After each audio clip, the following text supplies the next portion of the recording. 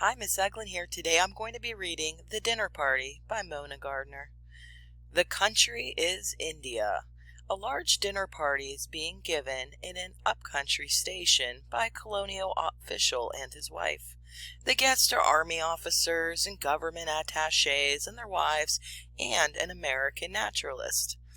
At one side of the long table, a spirited discussion springs up between a young girl and a colonel. The girl insists women have long outgrown the jumping on a chair at the sight of a mouse era, that they are not as fluttery as their grandmothers. The colonel says they are, explaining women haven't the actual nerve control of men. The other men at the table agree with him. A woman's unfailing reaction in any crisis, the colonel says, is to scream, and while a man may feel like it, yet he has that ounce more of control than a woman has, and that last ounce is what counts. The American scientist does not join in the argument, but sits and watches the face of the other guest.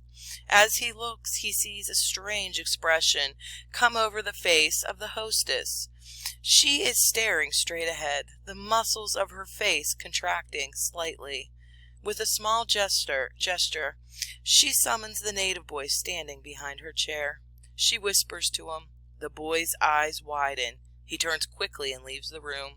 No one else sees this, nor the boy, when he puts a bowl of milk on the veranda outside the glass doors. That's like a porch. The American comes to with a start. In India, milk in a bowl means only one thing. It is bait for a snake. He realizes there is a cobra in the room. He looks up at the rafters, the likeliest place, and sees they are bare. 3 corners of the room, which he can see by shifting only slightly, are empty. In the 4th corner, a group of servants stand, waiting until the next course can be served. The American realizes there's only one place left, under the table. His first impulse is to jump back and warn the others, but he knows the commotion will frighten the cobra, and it will strike. He speaks quickly, the quality of his voice so arresting that it sobers everyone. I want to know what control everyone at this table has. I will count 300. That's 5 minutes. And not one of you is to move a single muscle. The persons who move will forfeit 50 rupees. Now, ready. The 20 people sit like stone images while he counts. He is saying 280. When out of the corner of his eye, he sees the cobra emerge and make for the bowl of milk. 4 or 5 screams ring out as he jumps to slam the veranda doors. You were certainly right, Colonel, the host says. A man has just shown us an example of real control. Just a minute, the American says, turning to his hostess.